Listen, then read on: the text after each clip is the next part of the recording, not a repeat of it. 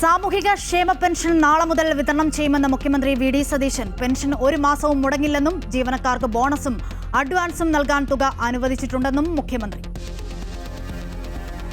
10 വർഷത്തിന് ശേഷം ആദ്യമായി വിലക്കയറ്റത്തിൽ വലയുന്ന ഓണമാണ് മലയാളികൾ അനുഭവിക്കുന്നതെന്ന് CPM സംസ്ഥാന സെക്രട്ടറി M.V. ഗോവിന്ദൻ. നിത്യോപയോഗ സാധനങ്ങളുടെ വില അനിയന്ത്രിതമായി ഉയർന്നിട്ടും വില നിയന്ത്രിക്കാൻ സർക്കാർ ഇടപെടുന്നില്ല എന്നും M.V. ഗോവിന്ദൻ വിമർശിച്ചു.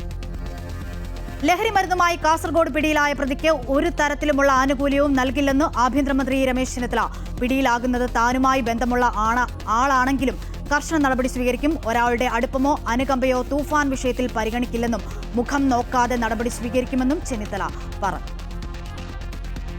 സംസ്ഥാനത്തെ എല്ലാ തീരദേശ ജില്ലകളിലും ദേശീയ സമുദ്രസ്ഥിതി പഠന ഗവേഷണ കേന്ദ്രം റെഡ് അലർട്ട് പ്രഖ്യാപിച്ചു. തീരപ്രദേശങ്ങളിൽ ശക്തമായ തിരമാലയ്ക്കും കള്ളക്കടൽ പ്രതിഭാസത്തിനും സാധ്യതയെന്ന മുന്നറിയിപ്പിൽ പറയുന്നു. കേരള തീരത്ത് ഇന്ന് അർദ്ധരാത്രി മുതൽ വ്യാഴാഴ്ച വൈകിട്ട് വരെ ഉയർന്ന തിരമാലയ്ക്ക് സാധ്യതയുണ്ട്. കടൽക്ഷോഭം രൂക്ഷമാകാൻ സാധ്യതയുള്ളതിനാൽ അപകട മേഖലകളിൽ നിന്നും അധികൃതരുടെ നിർദ്ദേശാനുസരണം മാറി താമസിക്കണമെന്ന മുന്നറിയിപ്പിൽ പറയുന്നുണ്ട്. കോഴിക്കോട് ജില്ലയിൽ ബീച്ചുകളിലേക്കുള്ള പ്രവേശനം നിരോധിച്ചു.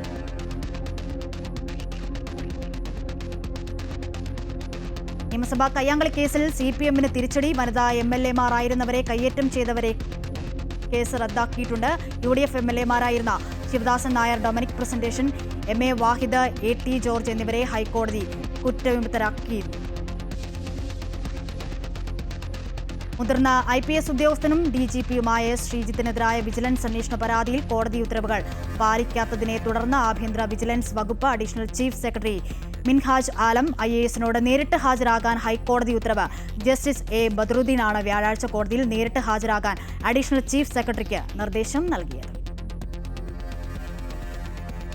കോൺഗ്രസ് വീണ്ടും വന്ദേ മാതരത്തെ അപമാനിച്ചതായി BJP. ഗോവയിൽ കോൺഗ്രസ് അധ്യക്ഷൻ മല്ലികാർജ്ജുൻ ഖർഗെയുടെ സാന്നിധ്യത്തിൽ വന്ദേ മാതരം പകുതി മാത്രമാണ് പാടിയതെന്നും ലീഗിന്റെ സമ്മർദ്ദമാകാം കാരണമെന്നും BJP നേതാവ് രവിശങ്കർ പ്രസാദ് പ്രതികരിച്ചു. ഗാന്ധിയും നെഹ്റുവും ആലപിച്ച ഭാഗമാണ് കോൺഗ്രസ് പിന്തുടരുന്നതെന്നും അത് കുറ്റമാണെങ്കിൽ ഗാന്ധിക്കും നെഹ്റുവിനുമെതിരെ കേസ് കൊടുക്കട്ടെയെന്നും മല്ലികാർജ്ജുൻ ഖർഗെ പ്രതികരിച്ചു. ജയിലിൽ കഴിയുന്ന പാകിസ്ഥാൻ മുൻ പ്രധാനമന്ത്രിയും PTI പാർട്ടി അധ്യക്ഷനുമായ ഇമ്രാൻഖാനെ ഉടൻ സ്വകാര്യ ആശുപത്രിയിലേക്ക് മാറ്റാൻ സുപ്രീം കോടതിയുടെ ഉത്തരവ്. അടിയാല ജയിലിൽ കഴിയുന്ന ഇമ്രാൻഖാന്റെ ആരോഗ്യനില വഷളാകുന്നതിനെക്കുറിച്ച് അദ്ദേഹത്തിന്റെ കുടുംബവും പാർട്ടിയും തുടർച്ചയായി ആശങ്കയുന്നയിച്ച പശ്ചാത്തലത്തിലാണ് നിർണായക ഉത്തരവ്.